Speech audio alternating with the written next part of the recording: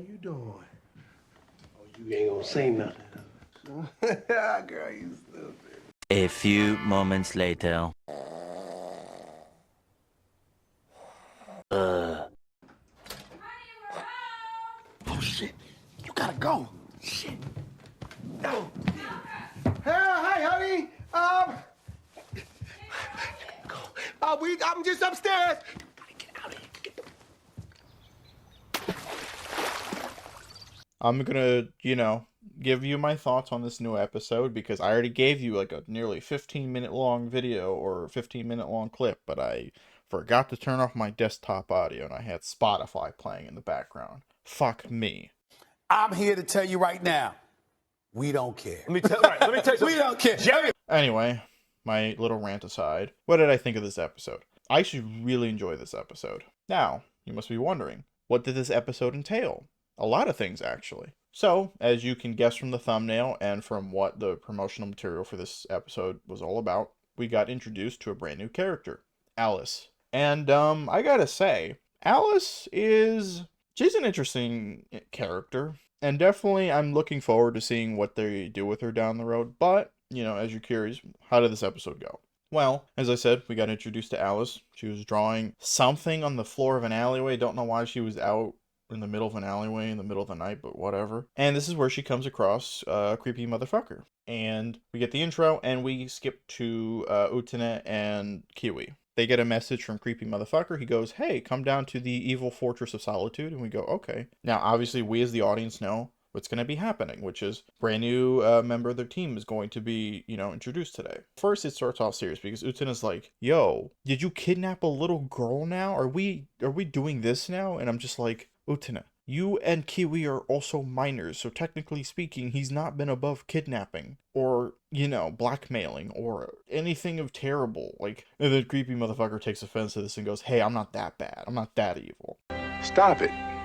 Get some help. Get the fuck out of here, bro. Then we have a little kind of comedic moment where, Alice transforms for the first time, and we get to see her kind of Alice in Wonderland style dress, and obviously Utena's taken back from the overload of cuteness, goes into this fucking rant about how cute she is, then proceeds to call Kiwi cute because Kiwi's getting a little fussy and going, hey. So it was kind of funny to see kind of like a harem managing moment where I was kind of like, I've never seen the reverse harems where it's like, the girl with like multiple dudes or a girl with multiple dudes and multiple, you know what I mean? I've never seen that before. So to see this was kind of interesting. Now you must be wondering, what is her power like? Well, the name of this episode, or at the very least the name that I gave this episode, very accurate, which is the dollhouse. Basically, from what we got to see, essentially, if you step into what she considers her dollhouse, you are essentially a toy she can play with, and you will do whatever she makes you do, no matter how out of character, no matter how terrible it may be, or how, sexy it may be, depending on who you ask, you will do it. And that's kind of what leads to the lesbian threesome, essentially, between Blossom, Buttercup, and Bubbles over here, where Bubbles, who has been going through her own little kind of transformation and reminding me more and more of Anakin when he fell to the dark side. Is it possible to learn this power? Not from a Jedi. And going, oh my god, what is going on? Where Bubbles, or Blossom and Buttercup, let's just say they start sucking on her titties and we get to see a lesbian threesome, kind of. It was kind of really, how shall we say, tame, for what I think some people were probably hoping. And here's the drawback, though.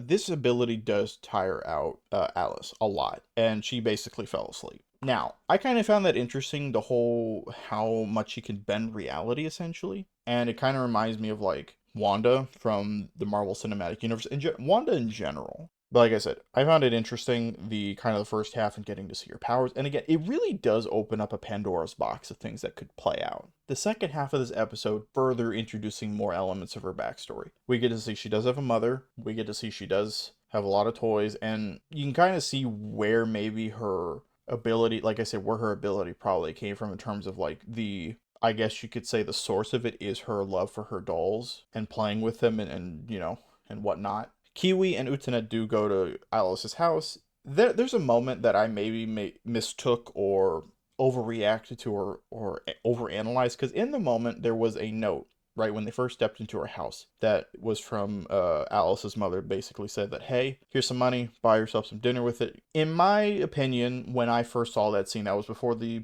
final scene, which was, hey, the mom's alive. And yes, when I say alive, I originally thought the mother was dead because of some of the scenes that played out and her attachment to her dolls, and especially one that was gifted to her at the beginning of the second half of this episode, where she was gifted this like really pristine, really well-made doll. I assumed that, hey, this is probably like one of her final gifts from her mother. The mother at the end, when she's, we see her, I'm going to assume maybe that's just her mind playing tricks on her, and maybe that's just her ability. The other part of this episode was basically Utena fixing up the doll. The really pristine, well-made doll that Alice received as a gift from her mother was kind of in poor shape, needed some stitching, needed some repairs, and Utena offered to fix it up. I think out of not only kindness, but I also think because of, a little bit of probably sympathy/pity, because she probably saw the state of some of her toys and saw the note on the desk, on the table, and went, offered to help. So, and then obviously she does get sick in the process because it was like windy or whatever. She pulled an all-nighter, which, I mean, hey man, if you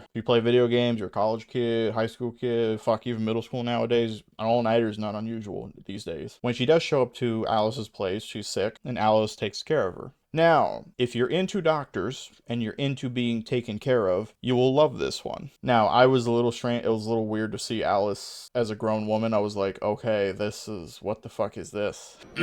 And Alice took care of Utena. As I said, it was definitely taking care of her. But, fan service aside, look, I'm not going to go into excruciating detail because, look, man, you can go watch it for yourself. I also learned uncensored or censored doesn't really matter on the internet because this episode was uncensored, despite the fact that what I was watching was the censored version. Whatever. But yeah, that's the episode in a nutshell. And like I said, the mother is revealed to be alive at the end. Maybe she is dead and it's just like, a figment of Alice's imagination, or her abilities kind of acting out, she's subconsciously using her powers to like create a dollhouse where her mother's still alive. That could be the scenario. Who the fuck knows? I'm not ruling it out entirely because, well, it kind of reminds me of Wanda a little bit. But like I said, I really did like this episode. I like the fact that we got a brand new character. There seems to be some movement on the plot and some stuff developing with characters because, as I said earlier, I did reference Bubbles potentially falling to the dark side kind of thing because that's kind of what it feels like given how much attention she's been given, especially early on, right? From the jump, right? She was the one who got played with the most. Yet obviously episode 2, I think it was, when she was blindfolded and pretty much, got to experience what it was like being on the receiving end of being touched the way she was by Utena. As things progress, who knows what the future may hold, but I have a prediction, which is things are not going to go well for Bubbles. I think it's good just taking turns on him and just giving him different looks and just showing him different bodies. And I think it was good just being physical with him and denying him. I think that lesbian threesome's going to change her life.